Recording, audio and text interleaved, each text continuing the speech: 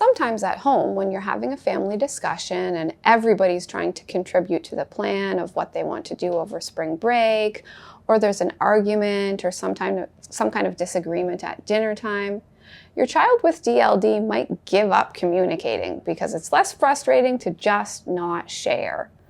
As we've discussed, they may be more likely to shut down in situations or become angry, and you may be concerned that your child is becoming increasingly withdrawn.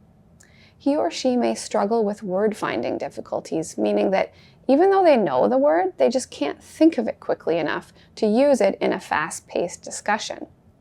We will talk more specifically about word-finding difficulty later in the course.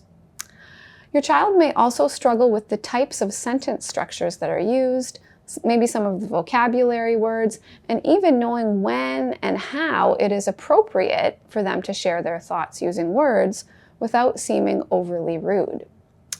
Particularly in the younger years, your child might not understand time concepts very well, which can impact family discussions and planning.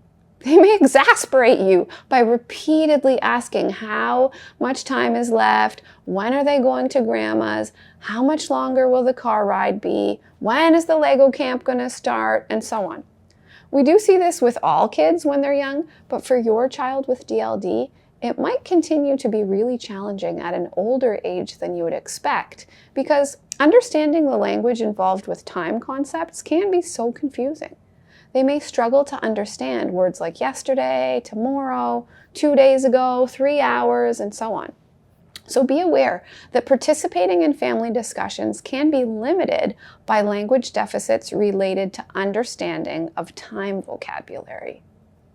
Even when engaging in beloved family activities, your child with DLD may not jive well with the rest of the family. For example, he or she may struggle a lot with language-intensive board or card games like Taboo on family games night, because those games require many different executive function skills to be used, and a lot of language skills.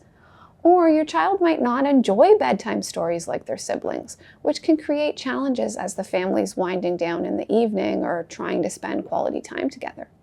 If your younger child wants to listen to a full chapter of James and the Giant Peach or another favorite book every night, and your older child with DLD can't follow it due to the advanced language, a time that is enjoyable and relaxing for the rest of the family can be frustrating or upsetting to your child with DLD, as they don't feel included or they just choose to zone out, especially if a younger sibling has more well-developed skills than they do in a given area.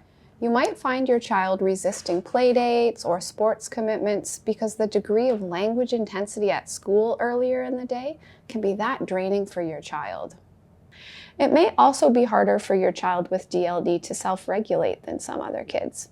They may exhibit aggression or lack of self-control in something that to you feels like a small problem.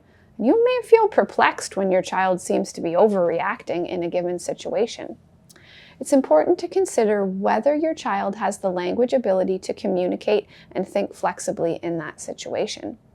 They may struggle to collaborate and solve problems using language, and they may struggle to identify the size of a problem because it just feels so big in the moment when compounded with their communication challenges. Even trying to brainstorm a solution with your child can be really hard because that is such a language-intensive undertaking. But stay tuned because there is a lot you can do as a parent to help your child.